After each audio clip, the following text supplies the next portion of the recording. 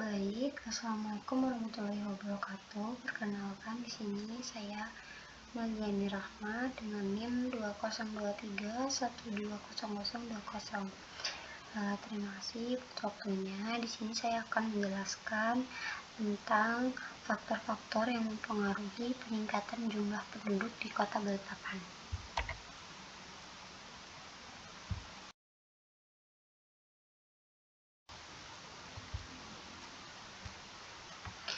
Kemudian di sini ada latar belakang. Itu Kota Balikpapan mengalami pertumbuhan jumlah penduduk yang signifikan dalam beberapa tahun terakhir. Lonjakan ini berpotensi memberikan dampak positif, terutama di sektor ekonomi seperti pertambahnya tenaga kerja dan konsumsi. Namun, pertumbuhan ini juga memunculkan tantangan besar, seperti meningkatnya kebutuhan akan infrastruktur, perumahan, fasilitas kesehatan, pendidikan, serta potensi kerusakan lingkungan akibat kepadatan dan urbanisasi yang tidak terkontrol. Topik ini dipilih karena memiliki relevansi tinggi dengan isu pembangunan daerah. Peningkatan penduduk yang cepat tanpa perencanaan dapat berdampak pada kualitas hidup masyarakat dan kestabilan kota. Oleh karena itu, penting untuk memahami faktor-faktor utama yang mempengaruhi dinamika ini. Kemudian, untuk mencapai tujuan tersebut, penelitian ini menggunakan pendekatan Structural Equity Modeling atau SEM. Pendekatan SEM dipilih karena mampu mengukur hubungan kompleks antara variabel laten seperti faktor ekonomi, sosial, migrasi, serta melihat pengaruh langsung dan tidak langsung terhadap variabel peningkatan jumlah penduduk. SEM memungkinkan analisis secara simultan antara banyak indikator sehingga hasilnya lebih holistik dan mendalam. Kemudian di sini ada tujuan penelitian. Yang pertama itu mengidentifikasi faktor-faktor utama yang mempengaruhi peningkatan jumlah penduduk di Kota Balikpapan, serta faktor ekonomi, sosial, dan migrasi masuk. Yang kedua di sini ada menganalisis hubungan langsung dan tidak langsung antara variabel-variabel laten tersebut terhadap pertumbuhan penduduk menggunakan pendekatan SEM. Yang ketiga, di sini menyusun model konseptual yang dapat digunakan sebagai dasar bagi pengambilan kebijakan pemerintah daerah dalam pengelolaan kependudukan dan pembangunan kota. Yaitu kemudian di sini ada manfaat penelitian. Yang pertama, bagi pemerintah daerah, memberikan data dan informasi yang akurat untuk menyusun kebijakan yang tepat dalam mengelola pertumbuhan penduduk, penyediaan infrastruktur, dan layanan publik. Yang kedua di sini ada bagi perencana kota, menjadi dasar pertimbangan dalam perencanaan tata ruang, pemukiman, fasilitas sosial berdasarkan prediksi tren pertumbuhan penduduk.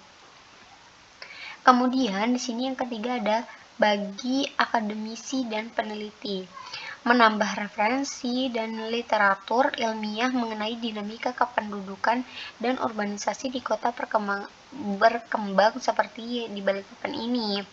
Kemudian bagi masyarakat umum itu meningkatkan kesadaran terhadap dampak pertumbuhan penduduk dan pentingnya partisipasi masyarakat dalam membangun kota yang berkelanjutan. Kemudian yang kelima, bagi dunia usaha dan investasi, memberikan gambaran potensi pasar dan tenaga kerja yang dapat dimanfaatkan secara optimal, sekaligus memahami tantangan lingkungan sosial di kota yang berkembang pesat. Di sini tuh ada model konseptualnya seperti pada gambar di atas, yaitu yang pertama itu faktor ekonomi FE, faktor sosial FS, migrasi masuk MM. Kemudian itu ada satu indikatornya peningkatan jumlah penduduk. Di sini ada peningkatan jumlah penduduk. Kemudian di sini ada perumusan hipotesis penelitian dari slide sebelumnya, yaitu berdasarkan model konseptual yang telah disusun, maka hipotesis dalam penelitian ini dirumuskan sebagai berikut. Yang pertama, faktor ekonomi FE berpengaruh positif dan signifikan terhadap peningkatan jumlah penduduk atau modelnya Y di Kota Balikpapan. Yang kedua, faktor sosial FS berpengaruh positif dan signifikan terhadap peningkatan jumlah penduduk Y di Kota Balikpapan. Ketiga, migrasi masuk atau MM berpengaruh positif dan signifikan terhadap peningkatan jumlah penduduk di Kota Balikpapan. Kemudian keempat, faktor ekonomi, faktor sosial, dan migrasi masuk secara simultan berpengaruh terhadap peningkatan jumlah penduduk di Kota Balikpapan.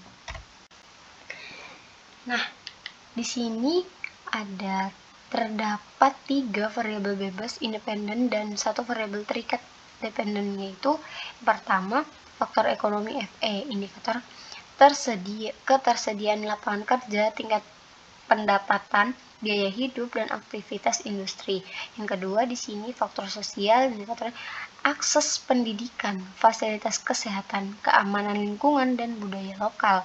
Yang ketiga, migrasi masuk, indikatornya urbanisasi, jumlah pendatang baru, kepadatan wilayah, dan perpindahan penduduk dari luar daerah.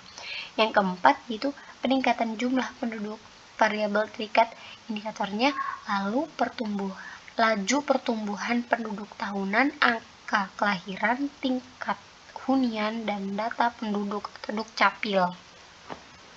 Model ini akan digunakan untuk mengukur besar pengaruh langsung maupun tidak langsung dari masing-masing variabel bebas terhadap variabel peningkatan jumlah penduduk, serta mengetahui variabel mana yang paling dominan.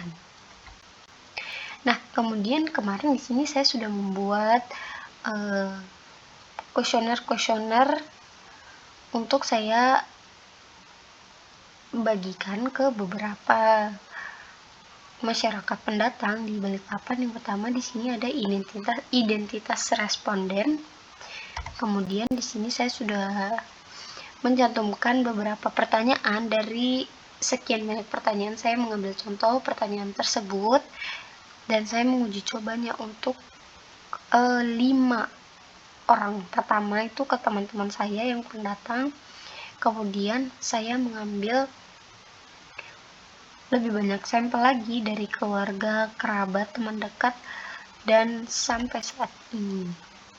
Strategi penyebaran kuesioner. Kemudian saya itu menyebarkan kuesioner saya yang saya buat itu melalui VWA. Kemudian target saya itu penduduk Balikpapan ya kurang lebih 18 tahun ke atas dan tinggal di Balikpapan ini selama 1 tahun lebih. Kemudian yang ketiga di sini ada strateginya itu posting komentar, bantuan RT, dan kolaborasi dengan mahasiswa. Saya juga menanyakan ke beberapa siswa di luar, teman-teman saya yang kuliahnya di luar STIMIK, untuk menyebarkan kuesioner untuk pendatang baru di Balikpapan. Nah, kemudian itu di sini jumlah data yang saya peroleh dari awal saya membuat kuesioner sampai sekarang itu jumlah respondennya ada 82 responden dari berbagai kecamatan di Kota Balikpapan. Kemudian syarat minimal SEM itu lebih dari 100 karena jumlah ini belum memenuhi syarat untuk analisis SEM. Karena jumlah saya hanya 82 dan itu belum memenuhi syaratnya. Kemudian selanjutnya, data yang telah dikumpulkan melalui kuesioner akan dianalisis menggunakan metode SEM berbasis Partial Least Squares atau PLS. Pendekatan ini dipilih karena mampu menguji hubungan antar variabel laten secara simultan, baik hubungan langsung maupun tidak langsung. Dengan SEM diharapkan dapat diketahui seberapa besar pengaruh masing-masing faktor seperti ekonomi sosial, dan migrasi masuk terhadap peningkatan jumlah penduduk di Kota Balikpapan, serta mengidentifikasi variabel yang paling dominan. Hasil analisis ini akan menjadi dasar dalam menarik kesimpulan dan menyusun rekomendasi kebijakan yang relevan. Baik, terima kasih. Sampai sini penjelasan saya.